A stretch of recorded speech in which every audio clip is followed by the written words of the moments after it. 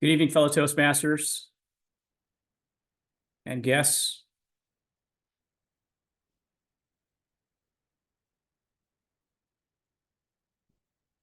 This speech is about the most challenging demographics of organizational leadership, and it is what we call the sliding middle manager. This demographic of leadership is where the action happens.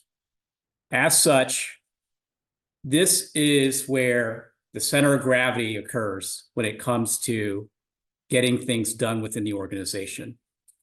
And as these leaders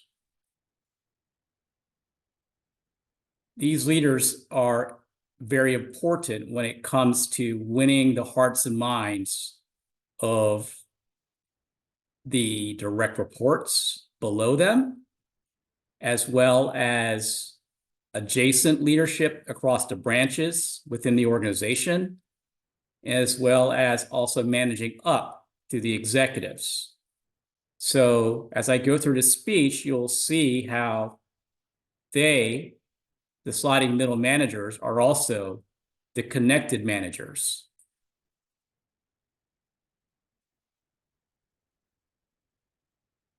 The three ways that they can escape to be the sliding middle is to actually be a connector, a storyteller, and a change leader. And they fall into these major profiles in terms of being a teacher, as well as a always-on leader, a cheerleader, and a connector. But being a connector is probably the most important attribute when it becomes a role that they have to play. And in playing this role, they have to make three connections as a leader. They have to be the leader that connects in terms of the employee connection, as well as a team connection, as well as a organizational connection.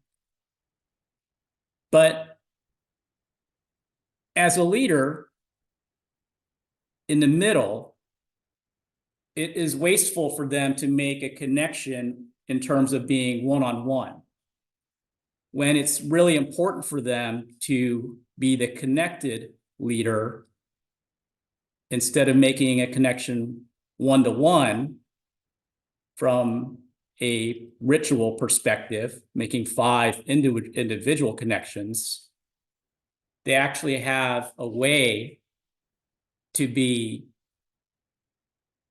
harbingers of connections for being that connecting tissue for employees themselves, and espouse connections between employees so that they can make deeper connections between employees so that they can be a way to enable connections so that it is a force multiplier for employees within the organization and across the organization, so that they're connected to tissue up and down and across the organization, so that the force multiplier is not one-to-one, but one-to-many.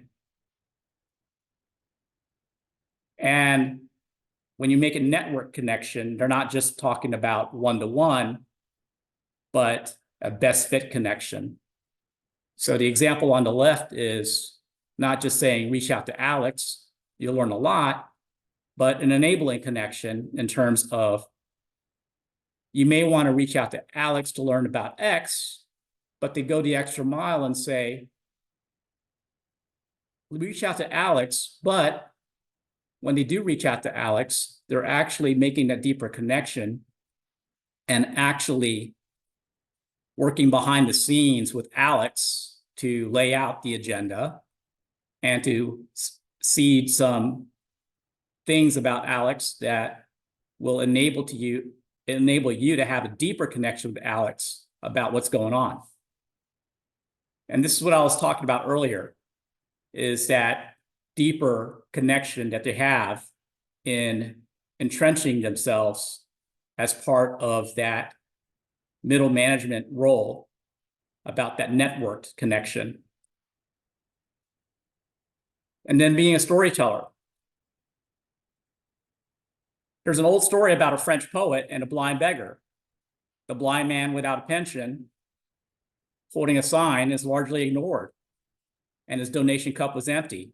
And Prévert, the poet, changed that sign and said, in 7 simple words, spring is coming, but I won't see it.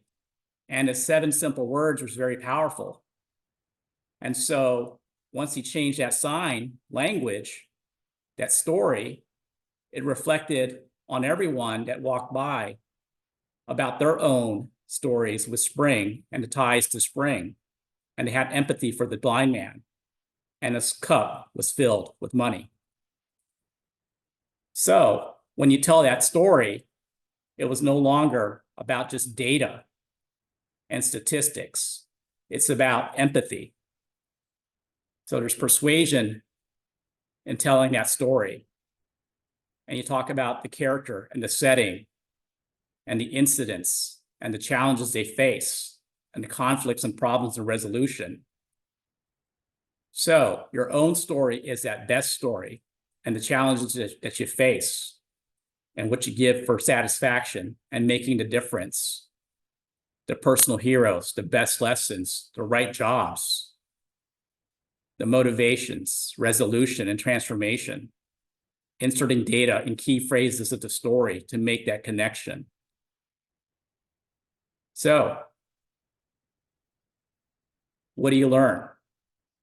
So you have to change your story from this in terms of communicating the benefits of cloud migration from high availability, elasticity, improved data security to improve customer service, increase collaboration.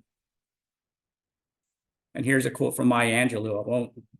I won't read it for you. And then to be a change leader. And I'll leave you with this. These 3 things, I'll wrap it up.